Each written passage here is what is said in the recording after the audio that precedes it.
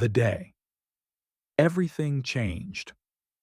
I was sitting in my own living room, the same room I rocked them in as babies, when I realized I didn't own a damn thing in it anymore. Not the couch, not the house, not even the silverware.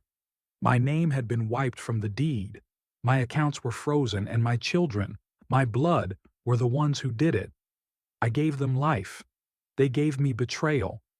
I'm 75, and I got robbed. Not by strangers, not by con artists, by my own kids. This is the story no one wants to tell. This is elder abuse in its ugliest form. Smiling, polite, paper sign betrayal. And if you think it can't happen to you, you're wrong. Because I didn't see it coming. It didn't happen all at once. It started like concern. Mom, we just want to help with your bills. Let's move things into a joint account to make things easier. You shouldn't be alone in this house. I thought it was love. I thought it was care. But what it really was, a heist, wrapped in hugs. My daughter got power of attorney. My son started managing the online banking. They had passwords, documents, access. Slowly, steadily, they slid into my financial skin. I was too trusting, too tired, too naive, and too proud to imagine my own children would sharpen the blade that would cut me out of my own life. They brought me groceries with my own money, paid bills with my name, moved money between accounts, and told me it was simpler this way, and I let them. By the time I realized what was happening, it was too late. The house was transferred for tax purposes. My pension account had safeguards on it. My mail was being redirected. My medical choices were being questioned. My checkbook vanished. They had my documents, my identity, my control, and the worst part? It was all legal. Signed, stamped, notarized. They used the very laws meant to protect me, to erase me. They made it look like protection, but it was possession. I was no longer in charge of my life. I was an obligation, a risk, a name they could leverage. Suddenly, I wasn't allowed to drive. Too risky, they said. My phone calls were monitored. Don't stress her, they told family. I wasn't invited to family outings unless they could supervise. I started to disappear. They said I was forgetful. They called me paranoid. They whispered about dementia. But I wasn't losing my mind. I was losing my freedom. And the more I resisted, the more they pushed. Mom's confused. She's imagining things. We're just trying to help. I wasn't confused. I wasn't delusional. I was being erased day by day. Do you know what it feels like to beg your own child for grocery money? To knock on the door of a home you paid for and wait to be let in? It's humiliation. It's rage. It's heartbreak wrapped in a quiet chokehold. They said I was ungrateful, that I should be thankful they're involved. Involved? They took my life.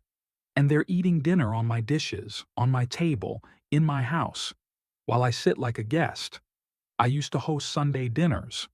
Now I'm told to stay in my room when they have company.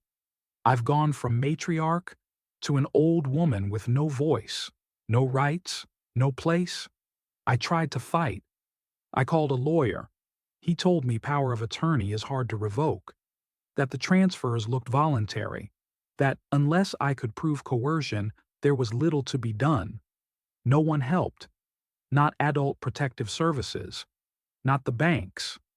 Not the doctor who wrote mild cognitive impairment in his notes.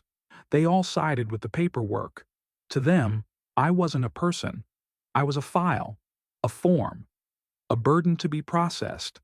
The institutions that claim to protect the elderly, they protect control, not dignity. One night I caught my daughter going through my old jewelry.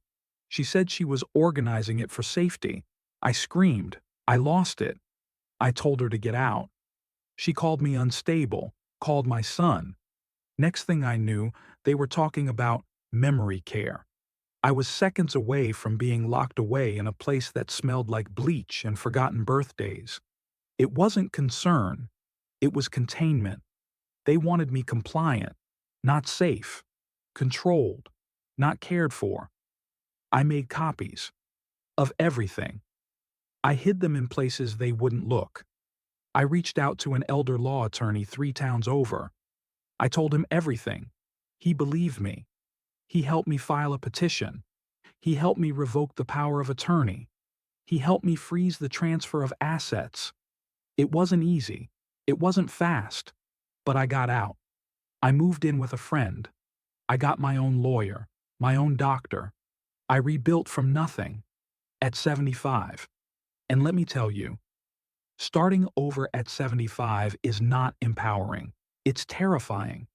But I would rather sleep on a stranger's couch than in a prison of politeness controlled by my own children. People talk about elder abuse like it's bruises and neglect. But financial abuse, psychological control, it's quieter, cleaner, but it guts you. My relationship with my kids is ruined.